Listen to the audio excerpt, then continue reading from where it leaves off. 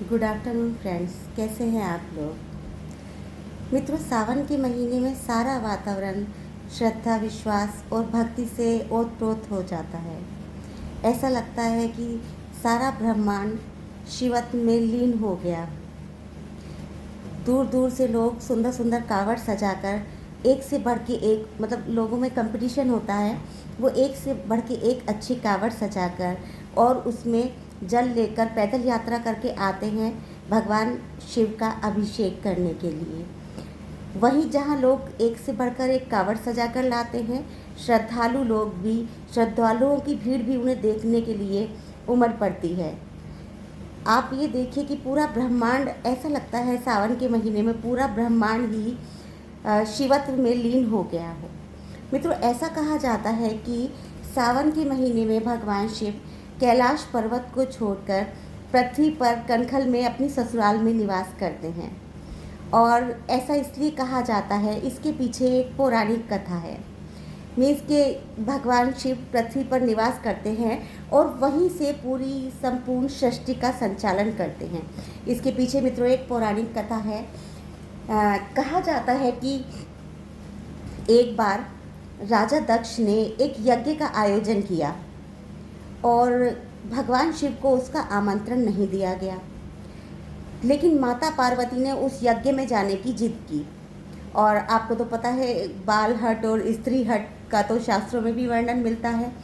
माता पार्वती ने शिव जी के मना करने पर भी उस यज्ञ में जाने की जिद की और मना करने पर भी वो उस राजा दक्ष के द्वारा आयोजित किए गए उस महायज्ञ में पहुंच गई।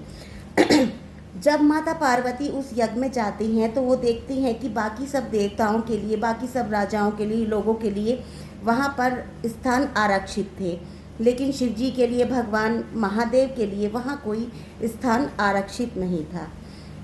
ये सब देखकर माता पार्वती क्रोधित हो जाती हैं और क्रोधवश वो उसी हवन कुंड की अग्नि में कूदकर अपने प्राण त्याग देती हैं और ये प्रण लेती हैं कि जब भी मैं पुनर्जन्म लूँगी तो अपने तप के प्रभाव से भगवान शिव को ही पति रूप में वरण करूँगी।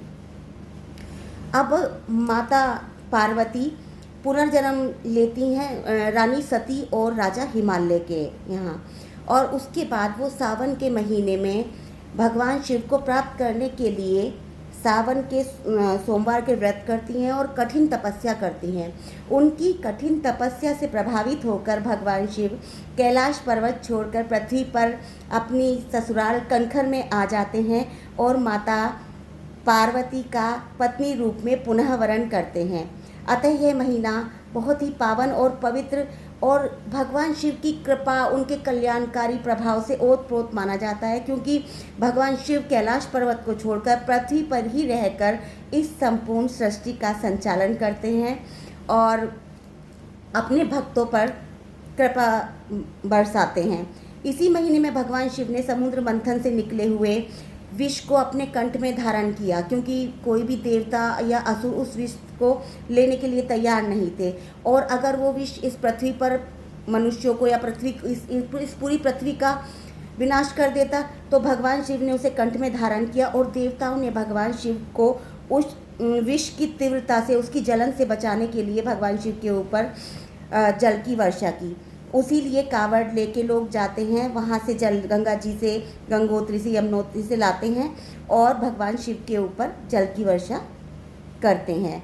अतः दोस्तों, ये पावन महीना बहुत ही खूबसूरत होता है, क्योंकि हमारे यहाँ तो कावड़ यात्री, बहुत भारी संख्या में कावड़ यात्री जाते हैं। आप ये देखिए, पूरे हरिद्वार, रुड़की, मुजफ्फरनगर, मेरठ अब बाईपास बन गए हैं, लेकिन फिर भी वहाँ रौनक देखने के लिए श्रद्धालु बड़ी संख्या में देखने के लिए भी जाते हैं और बहुत भारी संख्या में बड़ी बड़ी कावड़ यात्राएं वहाँ से गुजरती हैं। ऐसा लगता है कि मानो भगवान शिव पूरा पृथ्वी पर अवतरित हैं, इसलिए हल्की हल्की बारिश की जो फुहार चलती रहती है, लगता है कि देवता उन पर जल की वर्षा कर रहे हैं। पूरा वातावरण शिवमय हो जाता है, पृथ्वी पर शिवत्व साक्षात रूप में विद्यमान होता है।